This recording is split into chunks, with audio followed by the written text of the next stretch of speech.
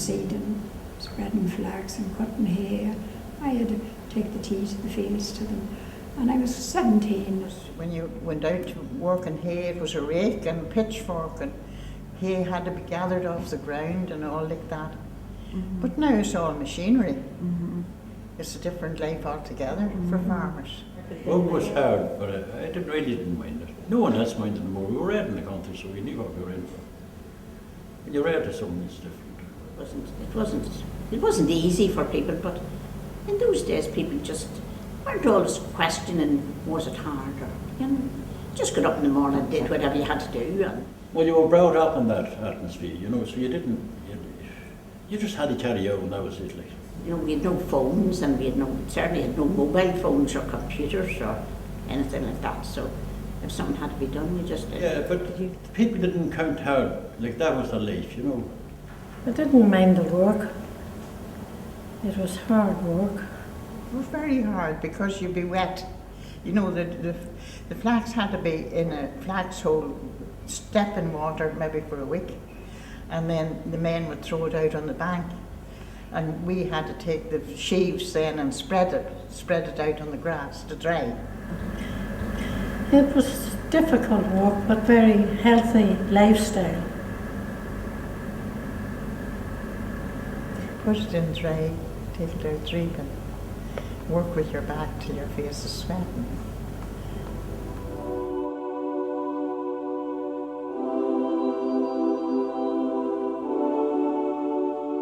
My father had told the teacher she'd not be going on any further than she is, so you needn't be keeping her going on. Yes, but I never earned a week's wages in my life. I was kept at home. There was nothing else for you. So he said somebody need to be here to do a wee bit around the house, so it happened to be me. And I was kept at home then to work on the farm. Well, your chances, like, there was children then, same as us, if there were people well enough off to send them into the schools and other strong schools in the town, like the Christian Brothers or any of them schools. So their people would be better off than our people was, you know. So because I had an aunt of my father's passed away, and I had to go out and housekeep for them. There was two men and two uncles. Wasn't. I knew like there was only a certain a number picked out to go to Newry school.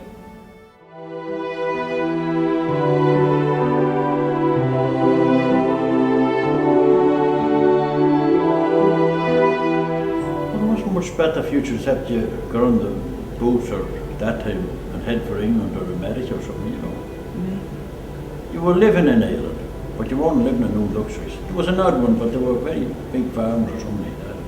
And there was nothing, we had no money, there was nothing. The war was just over and everything was rationed. I suppose I couldn't say we were poor, but we weren't wealthy either. There was no water or electricity or anything, which was quite a change. But I soon got used to it. And then I had a big family. You got four flour bags, 4 large flour bags, and you got them all washed and cleaned and any writing taken out. And when they were ready, they were sewed by hand. Usually there wasn't too many sewing machines in the country then. It was in crocks. You put the milk into the crocks and the milk soured, and when it was sour, it was ready for churning. Right. And you got it all into the churn then. And we had a staff churn, you know, the one that went up and down like this. And it was churned, but it would take, I suppose, the most of a half an hour to churn it. Right. And there was a wee glass thing on the lid, and you'd know when the butter was coming on the milk. You'd see wee bits of butter on the glass. Right. You see, everybody was doing the same, or at least people around me were all doing the same. They got married and they looked after their houses and their children. You get a piece of cloth and you get it stamped. You have to put the design on it. Uh-huh. And then you put a layer of paper underneath for backing. Right. And the other two on top. And you stitch it. And when you have it all stitched, you cut a special pair of scissors, you cut right round each piece to take off the top layer. There was a neighbour girl and there was a dance in the local school. That time there was no halls or anything. We decided we'd go to Dundalk to buy a dress. And I had no money, so my granny gave me 7 and 6 for to go to Dundalk to buy this dress. So off we went to Dundalk on 2 bicycles. We bought the dress and we were coming back and we came to the custom post. And the custom man says, "What have you in that bag?" So I said, "Nothing." So he came out and he opened the bag and he got the dress. And he said, "You're smuggling this dress." So he said, "I'm taking this dress off you." So I started to cry. And he says, "If you cry much longer," he says, "I'm going to take the bicycle too." So he took the dress. And that's the last I saw of my dress. It was a red dress with white dots on it. I'll never forget it.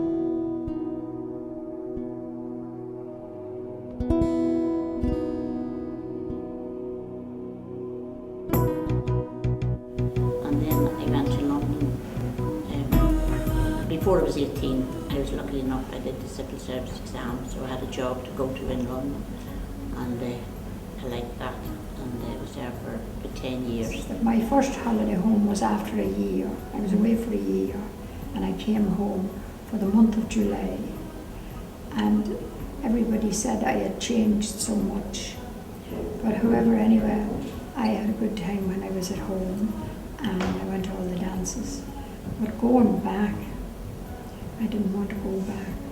I was so homesick, and I knew I was going back to do 3 months night duty, which I hated.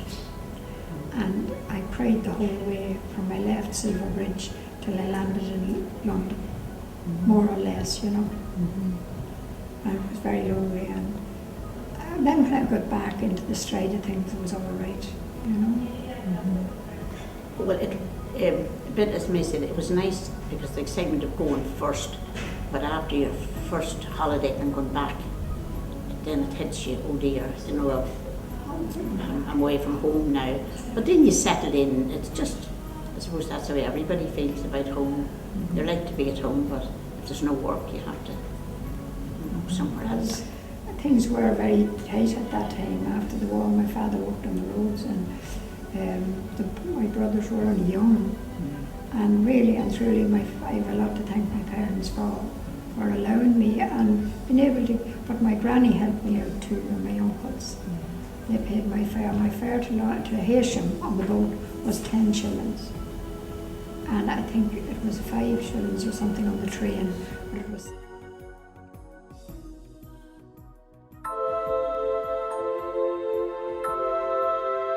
Aileen, here's a wee bit here that we got in a book one day, and it's about your family in the past. Tell me a wee bit about them. The John Murphy-Carey band. That's right, yeah. There's John there himself and him. Yeah? There's Anna Boyle, Yeah. Coleman Bones. Just there were neighbours in, and a bit of music. Right. Play music, just that, so, you know, a cup of tea and a bit of crack. And what would you have done? Dancing. Well, you mightn't be dancing, but the music was there, you know. You would have put out of the music.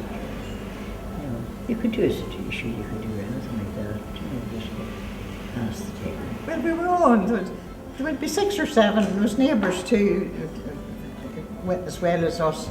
We'd all meet up at the river. My aunt came home from, and an uncle from Canada, you know, and she said to me, we could have a weekend in Blackrock.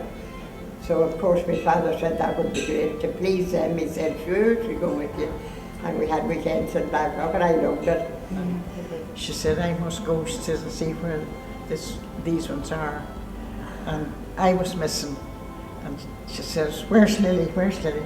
Yeah, she said, way out there. I was halfway across the lake. But there was people who said didn't go on weekends to Blackrock or Seaside places, you know, for a couple of days. But like when I was a youngster, a lot of people came in from Cavan and Monaghan and part of Meath and Loud and probably Armagh also. Maybe into Bridge County down there, he would come up and stay. Blackrock was very famous in them years for holiday visitors. Like I'm talking with professional people, you know. Right. The farming community, well, if a child wasn't too well, the mother maybe would take the child out for a couple of days to the seaside because there's people in the north and love for the sea and salty hours was really good for health, you know. We said right to go to Blackrock and we had sandwiches and flask and the lot with us, and we had our picnic there, and the kids went out to play in the sand and make sand castles and so forth, and we sat on the wall and watched all that was going on. Met some people there that we knew and stood and had a bit of a chat with them and whatnot. And we didn't find the day went in. If somebody came to visit you and had their tea and so would like a jar of jam or something. I mean, nowadays they would laugh at it probably. I was called about 3 o'clock in the morning, and I didn't wait for Bernard to come to take me down to the house. It was only across the road. I got out, I was running out of bed, down, and I jumped down between two people sitting on the steps, and I said, "Sorry, I'm in a hurry." I was going down to let Bernard take his wife into the hospital, and she was pregnant and her baby was due. So I stayed with her children, looked after her children until the baby was born and she was back home again. That time after the war, there was a big base at Hemel Hempstead. It was an air base, and there was a lot of Yanks in it. And they had no lady friends there, and they used to send a bus to the hospital to take the nurses to the dances. And they had everything there. They'd give you nylons and chocolate and sweets, and it was hilarious. And they send the bus back with you, so it was great, you know.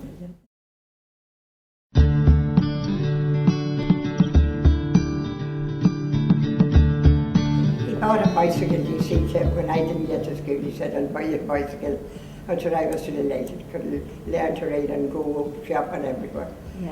I didn't feel so bad then when I had a bicycle. You were let out on your own, and you got a bicycle. There was 5 or 6, maybe more bicycles attached to the hospital, and they were called the Hay Nellies. And the Hay Nelly was one of those big bicycles, and you carried your bag on the back.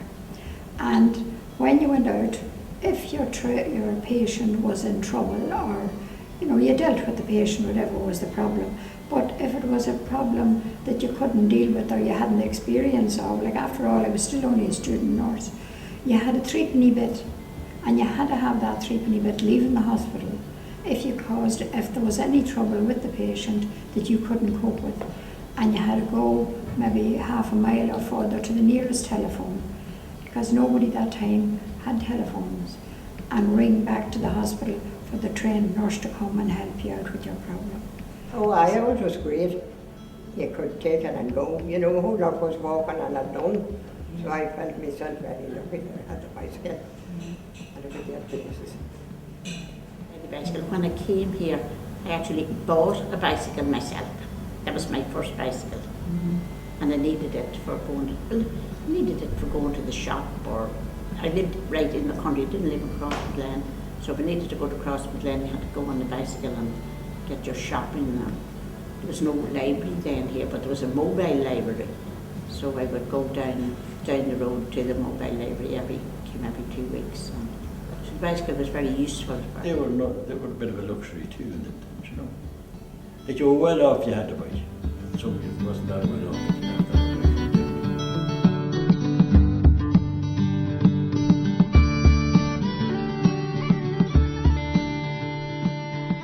I was thinking, well, there'll come a good day that we'll maybe have plenty.